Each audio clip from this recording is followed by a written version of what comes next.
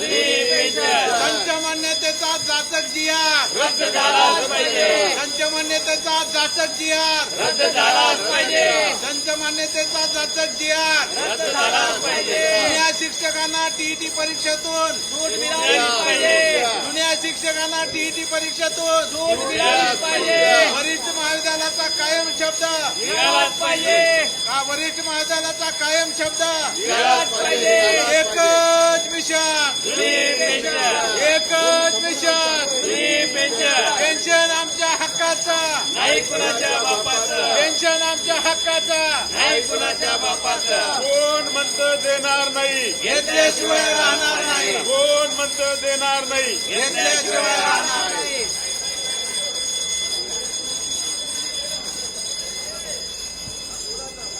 राज्यामधल्या लाखो शिक्षक आणि शासकीय कर्मचाऱ्यांना त्यांच्या हक्काची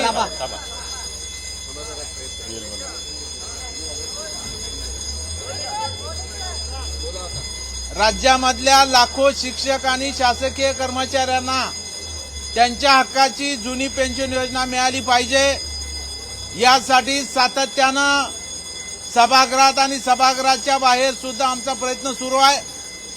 काल सुद्धा हजारोच्या संख्येनं राज्यातील शिक्षक आणि कर्मचारी विधान भवनावरती मोर्चा घेऊन आलेले होते. कारण जे शासकीय कर्मचारी आहेत, शिक्षक आहेत, सगळ्यांनाच काही जमीन शेती हा काही आधार नसतो आणि नोकरी आणि वेतन हेच फक्त मुख्य त्यांच्या जीवनाचा आधार असतो. त्यामुळं म्हातारपणाची काठी म्हणून पेन्शनकडे बघितलं जातं. त्यामुळं सेवानिवृत्त झाल्यावर त्यांच्या कुटुंबासाठी एक आधार म्हणून जुनी पेन्शन योजना दिली पाहिजे यासाठी आम्ही सातत्याने शासन दरबारी प्रयत्न करतोय. आणि म्हणून आज सुद्धा आमच्या शिक्षक आणि कर्मचाऱ्यांना जुनी पेन्शन योजना लागू करावी. जे जुने शिक्षक सेवेमध्ये होते त्यांना टीईटी परीक्षा लागूच नव्हती, त्यांच्यावर आता टीईटी परीक्षा लादणं चुकीचं आहे आणि म्हणून त्यांना सुद्धा टीईटी परीक्षेतून वगळावं. 10 मार्च 2024चा जो संच मान्यतेचा जाचक जिहार आहे, ज्याच्यामुळं राज्यातील हजारो शिक्षक अतिरिक्त होणार आहेत, त्यांच्यावरती नोकरीचं गणांतर येणार आहे, तर तोही जिहार रद्द करावा. वरिष्ठ महाविद्यालयाचा कायम शब्द काढावा. जे त्रुटीपूर्ण केलेल्या शिक्षक आहेत, ज्या शाळा आहेत, जे शेवटच्या वर्गाची पटसंख्या पूर्ण केलेली आहे, अशा राहिलेल्या सर्व प्राथमिक, माध्यमिक, उच्च माध्यमिक शाळा वर्ग तुकड्यांना सुद्धा या शासनानं वेतन अनुदान दिलं पाहिजे. यासारख्या महत्वाच्या प्रश्नासाठी आज आम्ही या ठिकाणी आंदोलन केलेलं आहे. निश्चितपणानं सरकारनं जुन्या पेन्शनच्या बाबतीमध्ये भूमिका घेतली पाहिजे आणि या राज्यातल्या लाखो शिक्षक आणि कर्मचाऱ्याला दिलासा द्यावा. यासाठी निश्चितपणानं ही लढाई आमची सुरूच राहील. साहेब, तुम्ही या अनुषंगाने एकच मिशन जुनी पेन्शन या संदर्भात सातत्यानं सातत्यानं निदर्शने करतात, गेल्यावर्षी आणि सातत्यानं तुम्ही करताय. मला येस का येत नाहीये? कारण तुम्ही सत्ताधारी आमदार आहात, तुम्ही दादांकडे तुमचं वजन आहे, का वापरत नाही तुमचं वजन? नाही, निश्चितपणाने त्याच्यामध्ये मान्य उच्च न्यायालयामध्ये एक याचिका आहे, त्याचा संदर्भ शासन आम्हाला देतंय की मान्य उच्च न्यायालयाचा निकाल लागू द्या. परंतु आमचं त्याच्या पुढे जाऊन म्हणणं सरकारला आहे की सरकारनं जर हा निर्णय शिक्षक कर्मचाऱ्यांच्या हिताचा पेन्शन योजना लागू करण्याचा घेतला तर आपोआपच ती याचिका परत येणार आहे. याचिका कशासाठी आहे? न्याय मागण्यासाठी न्यायालयामध्ये आमचे शिक्षक गेलेले आहेत. त्याच्यामुळं मान्य उच्च न्यायालयाच्या याचिकेचा संदर्भ देत शासन जे काही चालढकल करताय ती करू नये, ही आमची राज्य सरकारला मागणी आहे. नाही, आपण आता जो प्रश्न केला, आपण आंदोलन करतो यात यश आलं नाही असं म्हणणं चुकीचं ठरल. मागच्या वेळेस राज्याचे मंत्री एकनाथराव शिंदे होते, त्यावेळेस त्यांनी 27,000 लोकांना जुनी पेन्शन योजना लागू केलेली. राहिलेले 30,000 लोक आहे, यांच्यासाठी सातत्याने आम्ही पाठपुरावा करतोय आणि ती मागणी लवकरात लवकर पूर्ण होईल अशी आम्हाला अपेक्षा आहे. नाही, महत्वाची निश्चितपणानं बाब आहे की आयुष्यभर शिक्षक आपलं ज्ञान देण्याचं काम करता, प्रामाणिकपणे काम करता आणि रिटायर झाल्यानंतर त्याला कोणत्या प्रकारचा आधार नसतो, म्हणून त्यांना पेन्शन देणं फार गरजेचं आहे. जो आयुष्यभर आपल्याला घडवतो, आई बापानंतर स्थान जर कोणाला असेल तर शिक्षकांना स्थान असतं आणि त्याला जर त्याचा सन्मान होणार नसेल तर ही आपल्या सर्वांसाठी लाजारवाणी गोष्ट आहे. म्हणून आता थोडे लोक राहिले, बरेचशा लोकांना जुनी पेन्शन योजना लागू झालेली, फक्त 5 नंतर त्यांना अनुदान मिळालेलं आहे. अशा लोकांना फक्त 30,000 लोकांना जुनी पेन्शन मिळावं यासाठीच आम्ही सातत्याने प्रयत्न करणार आहोत. नाही, टीईटी परीक्षेला आमचा काही विरोध आहे का शिक्षकाचा नाहीये. 2013ला जेव्हा आरटी ऍक्ट या देशामध्ये लागू झालाय तेव्हा राईट टू एज्युकेशन ऍक्टनुसार ही पात्रता परीक्षा शिक्षक होण्यासाठी लागू केली. ती सर्व उमेदवारांनी जे नवीन शिक्षक होणार आहेत त्यांनी स्वीकारली आणि त्यानुसारच आता शिक्षक भरती होते. परंतु 2013च्या पूर्वी जेव्हा ही लागूच नव्हती कायद्यानं आणि नियमानं, त्यांना आता परीक्षा द्या म्हणणं चुकीचं आहे. आणि म्हणून साठी आम्ही सरकारला विनंती करतोय, जरी मान्य उच्च न्यायालयाचा निर्णय असला तरी राज्य सरकारच्या वतीनं हस्तक्षेप याचिका सुप्रीम कोर्टामध्ये दाखल केली पाहिजे. काल सभागृहात यावर चर्चा पण झाली, माननीय मंत्री महोदयांनी उत्तर पण दिलं. त्यांना आम्ही विनंती केली की शेवटी राज्याच्या पुढे जेव्हा असा पेच प्रसंग येतो तेव्हा ऍडव्होकेट जनरल आपल्याला सल्ला द्यायला आपण नेमलेले असतात, त्यांचा सल्ला आपण घ्यावा आणि सुप्रीम कोर्टात जावं अशी मागणी आमची राज्य सरकारकडे आहे. मुळात 10 मार्चचा जो संच मान्यतेबद्दल शासनाचा निर्णय आहे, 10 मार्चचा जो शासन निर्णय संच मान्यतेच्याबद्दल आहे तो रद्द करण्यात यावा ही आमची मागणी आहे. याचं सर्वात महत्वाचं कारण त्या संच मान्यतेच्यानुसार अनेक शिक्षक अतिरिक्त होण्याचा धोका या महाराष्ट्रामध्ये तयार झालेला आहे. त्यामुळे अनुदानित शाळा ज्या आहेत त्या भविष्यामध्ये बंद पडतील का काय अशी परिस्थिती निर्माण झालेली आहे. म्हणून 10 मार्च 2024चा संच मान्यतेच्या संदर्भात असलेला जाचक निर्णय निघलेला जो शासनाचा आहे तो रद्द करण्यात यावा ही आमची प्रमुख मागणी आहे. ठीक आहे, धन्यवाद.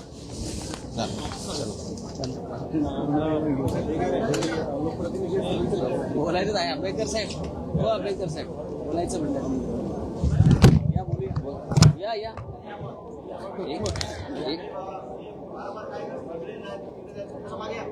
एक वाक्य तर दिसत नाहीये. नाही ते गेले, ते निघून गेले, आम्हाला बोलायचं नाही. आंबेडकर सर असं आहे, 31 ऑक्टोबर 2005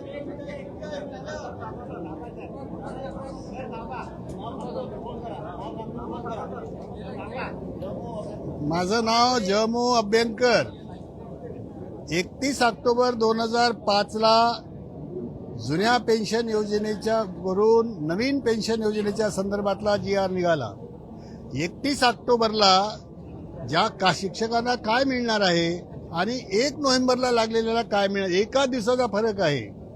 जो 31 ऑक्टोबरला लागलेला आहे त्याला काय मिळणार आहे, त्याने आपले स्वतःचे जे GPF मध्ये रक्कम भरलेली आहे ती सगळी रक्कम सेवानिवृत्तीच्या वेळेला इंटरेस्टसह मिळणार आहे.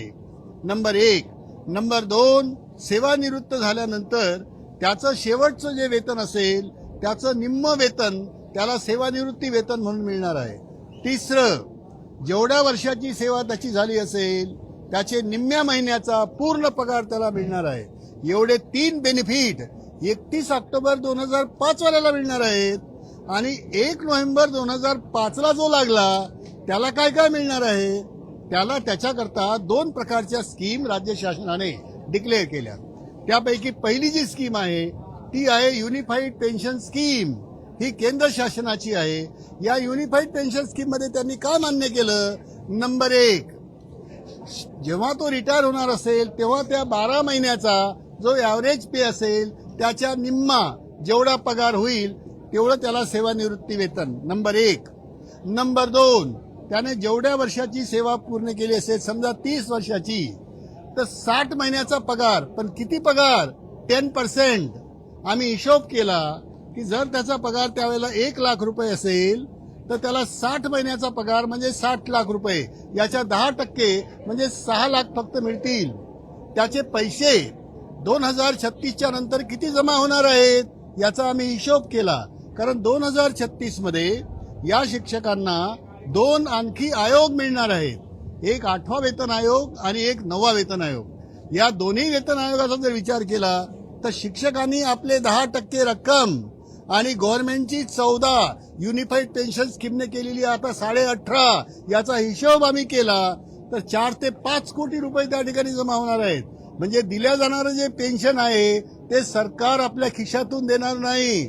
यातून जो पैसा त्या ठिकाणी मल्टिप्लाय होणार आहे त्याच पैशातून हे पेन्शन दिलं जाणार आहे आणि त्याला कुठल्याही प्रकारची लमसम अमाऊंट नाही, ग्रॅच्युइटी नाही, त्याने भरलेले पैसे त्याला परत नाहीत.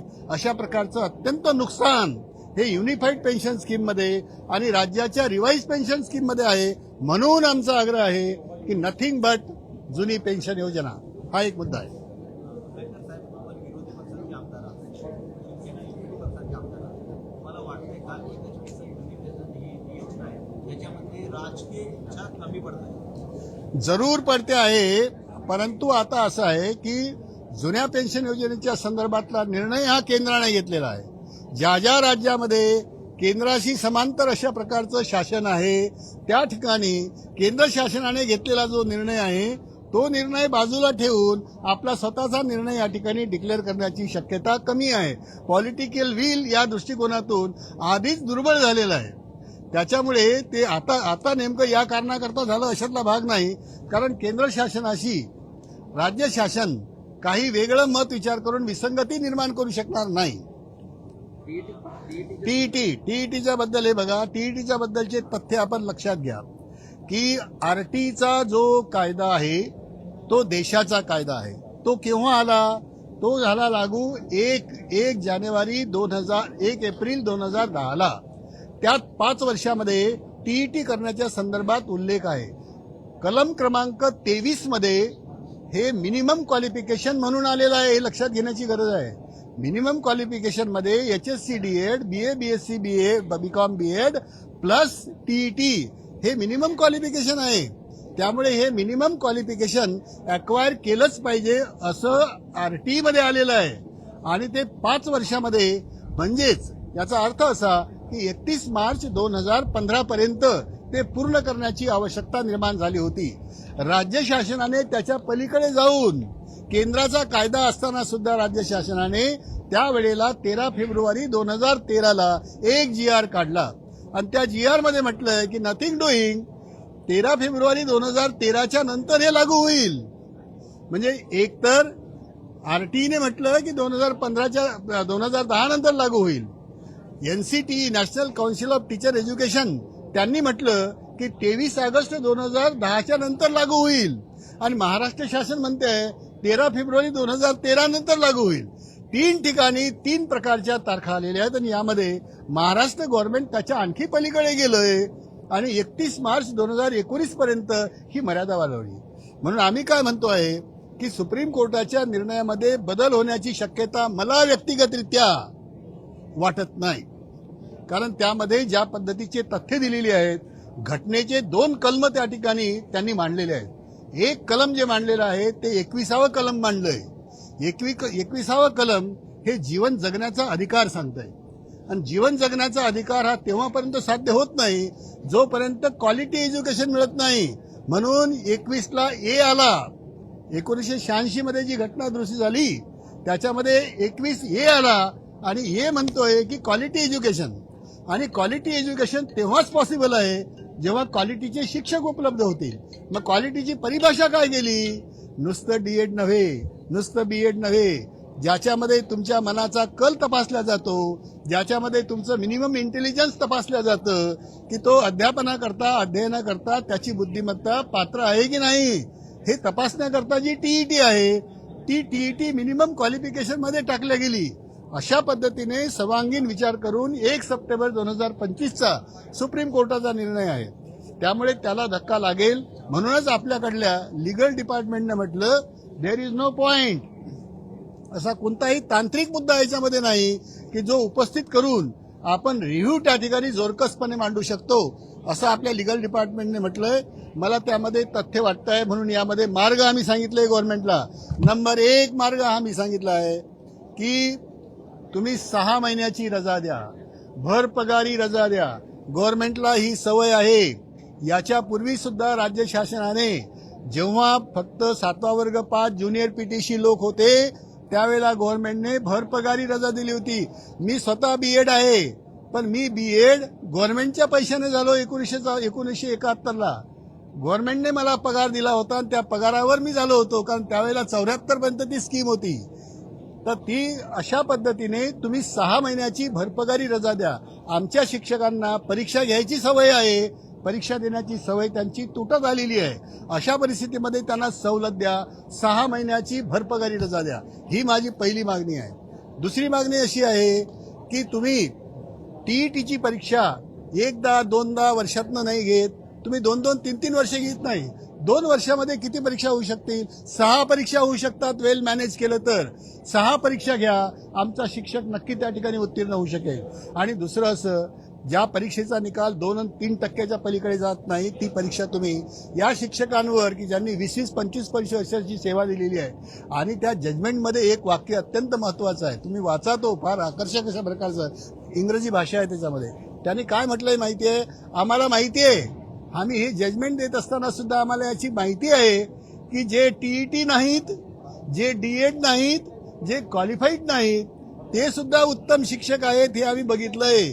त्याचं एक उदाहरण जे दिलं जाईल ते तुम्हाला आईन्स्टाईनचं दिलं जाईल.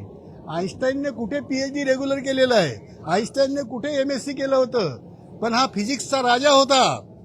फिजिक्सचा राजा बनण्याकरता तुम्ही एक विशिष्ट क्वालिफिकेशनच घेतलं पाहिजे असं नाही, डिव्होशन पाहिजे. तुमची त्या विषयाच्या संदर्भातली समर्पित भावना महत्वाची आहे. आणि ती समर्पित भावना अनेक शिक्षकांमध्ये आम्हाला दिसून आली, असं जजेसने म्हटलेलं आहे. ते टीईटी नाहीत, ते डीएड पण नाहीत, बीएड नाही. अशा पद्धतीने तो जो निर्णय आहे त्या निर्णयावर आम्हाला उपाय हे मी 2 सांगितले. याच्याशिवाय तिसरा एक उपाय आम्ही सांगितला की 2 वर्षाच्या अथक प्रयत्नानंतर आमचे गुरुजी जर त्यामध्ये उत्तीर्ण नाही होऊ शकले तर आधी जसं तुम्ही डीम ट्रेन म्हणून घोषित केलं होतं मिनिमम क्वालिफिकेशन, त्याच धर्तीवर आता तुम्ही सुद्धा डीम टीईटी म्हणून 2 वर्षाच्या प्रयत्नानंतर आमचे शिक्षक नाही होऊ शकले तर त्यांना डीम टीईटी म्हणून तुम्ही घोषित करा. आणि आणखी एक मी 4थं सांगितलंय, सांगू तुम्हाला. आम्ही त्याच्यामध्ये त्यात असं म्हटलंय की जे शिक्षक हे टीईटी होऊ शकणार नाहीत यांना कोणत्याही परिस्थितीमध्ये नोकरीतून तुम्हाला काढता येणार नाही. आतापर्यंत असा प्रकार कधीही घडलेला नाही. आतापर्यंत ज्या ज्या वेळेला हे प्रसंग केव्हा केव्हा आले, कोठारी कमिशनच्या वेळेला आले. कोठारी कमिशनने सुद्धा म्हटलं होतं की हे 7वा वर्ग पास आणि 4था वर्ग पास जे प्राथमिक शाळेला शिक्षक आहेत, हा मोठा धोका आहे प्राथमिक शिक्षणाला. आणि म्हणून ते कमीत कमी मॅट्रिक करा, मॅट्रिक तर कराच करा, पण त्यांना ट्रेनिंग क्वालिफिकेशन 2-1 वर्षाचं द्या, असं त्यावेळेला आलं होतं. म्हणून भोळे कमिशनच्या वेळेला हा विषय आला होता. त्याप्रमाणे त्यावेळेला जसे निर्णय घेतलेले आहेत त्याप्रमाणे यांच्या मिनिमम क्वालिफिकेशनमध्ये बदल करण्याकरता, त्या आरटीमध्ये बदल करायला आपल्या लोकसभा सदस्यांना विनंती करा. आता सेशन चालू आहे. असं घडलं की नाही याआधी? शहाबानो केस तुम्हाला चांगली आठवते आहे. शहाबानो केसमध्ये राजीव गांधीच्या मनात होतं का? ते नव्हतं. पण तरी मनाविरुद्ध त्यांना त्या ठिकाणी ऍक्ट आणावा लागला. आणि ऍक्टमध्ये सुप्रीम कोर्ट हस्तक्षेप नॉर्मली करत नाही. घटनेची पायमल्ली जर होत नसेल तर सर्वसामान्यपणे सुप्रीम कोर्ट या ऍक्टच्या बाबतीत कोणत्याही प्रकारचा हस्तक्षेप करत नाही. म्हणून मी म्हटलंय की आम्हाला सर्व खासदारांना विनंती करा, पार्लमेंट चालू आहे. मी काही खासदारांना व्यक्तिगतरित्या विनंती केलेली आहे. आणि त्या 23 कलमामध्ये हे घाला की TET is additional qualification, not minimum qualification. आता कुठे कल बघताय? ज्याने 25 वर्ष सेवा केलेली आहे त्याचा कल तुम्ही आता तपासणार आहात? तो चांगला कललेलाच आहे आधीच. शिक्षक पेशाकडे तू पूर्णपणे वळलेला आहे, मनोभावेपणे तो सेवा करतो आहे विद्यार्थ्यांची. आता कुठे त्याचा कल तपासणार आहात? जी बुद्धिमत्ता लागते ती त्यांनी प्रूव्ह केलेली आहे, म्हणून तो त्या पदावर कायम आहे अजून. त्यामुळे या दोन्ही टेस्टच्या परिभाषेमध्ये उतरणाऱ्या शिक्षकाला तुम्ही त्या ठिकाणी आरटीईमध्ये बदल घडवून आणण्याच्या दृष्टिकोनातून त्या ठिकाणी प्रयत्न करावेत, अशा प्रकारच्या मागण्या आम्ही केल्या. शॉर्ट घ्या ते रेकॉर्डिंग करत नाही. हे साधेच रेकॉर्डिंग. शिक्षकांची मागणी आहे डिफेन्सची आणि ती वर्षानुवर्ष आता सुरूच आहे. फार मोठा संतोष बघायला मिळतो, फार स्वतः ठिकाणी. पण तुम्ही संवेदनशील शिक्षक आमदार आहात, तुम्ही प्रभावीने ते मुद्दे मांडता. तुम्हाला यश न येणं हे तुमचं अपयश नाही. हे आमचं अपयश असू शकत नाही. शेवटी असं आहे, राजशक्तीचा नेहमी विजय होतो. इथे आता आम्ही शासकीय नाही आहे. आम्ही जर शासनामध्ये असतो, तुम्हाला माहिती असेल की आम्हीच विनंती करून उद्धवजींना आम्ही विनंती केली होती की तुम्ही शिर्डीला या आणि तिथे डिक्लेअर करून टाका. जोपर्यंत तुम्ही डिक्लेअर करत नाही आणि तुमच्या जाहीरनाम्यामध्ये तुम्ही हा विषय आणत नाही तोपर्यंत त्याला महत्व येणार नाही. म्हणून काँग्रेस आणि त्यानंतर शिवसेना सुद्धा दोघांनीही त्या ठिकाणी स्टेजवर येऊन जाहीर केलंय लाखो लोकांच्या समोर की येस वी आर फॉर जुनी पेन्शन योजना. त्यामुळे आता सत्तेच्या समोर आम्हाला काही करता येणार नाही, कारण मला खात्री आहे की या ठिकाणी 2029 पर्यंत यामध्ये काही बदल घडून आणतील, पण आमचे प्रयत्न हे जारी राहतील. सुप्रीम कोर्टामध्ये प्रकरण आहे, त्याच्यामध्ये सुद्धा काही निर्णय झाला तर सो फार सो गुड, नाही तर आता सध्याच्या परिस्थितीमध्ये विरोध करणे हे एकमेव हत्यार फक्त आमच्या हातामध्ये आहे. तुम्ही महाराष्ट्रावरती लाईव्ह आहात, या शिक्षकांना काय आव्हान? कोणत्या शिक्षकांना? ज्या शिक्षकांसाठी तुम्ही आंदोलन करता. जुन्या पेन्शन योजनेच्या संदर्भातला आग्रह आपण धरून ठेवायला पाहिजे. कुठल्याही परिस्थितीमध्ये आम्हाला सुधारित पेन्शन योजना किंवा युनिफाईड पेन्शन योजना मान्य नाही. ती आमच्या हिताची नाही, अजिबात हिताची नाही. ही सर्व जी काही आता या ठिकाणी शासनाने ज्या काही नवीन योजना आणल्या त्या आमच्या फायद्याच्या नाहीत. आम्हाला जुनी पेन्शन योजना जशीच्या तशी 1982च्या नियमावलीप्रमाणे जशीच्या तशी हवी आहे. हा माझा संदेश.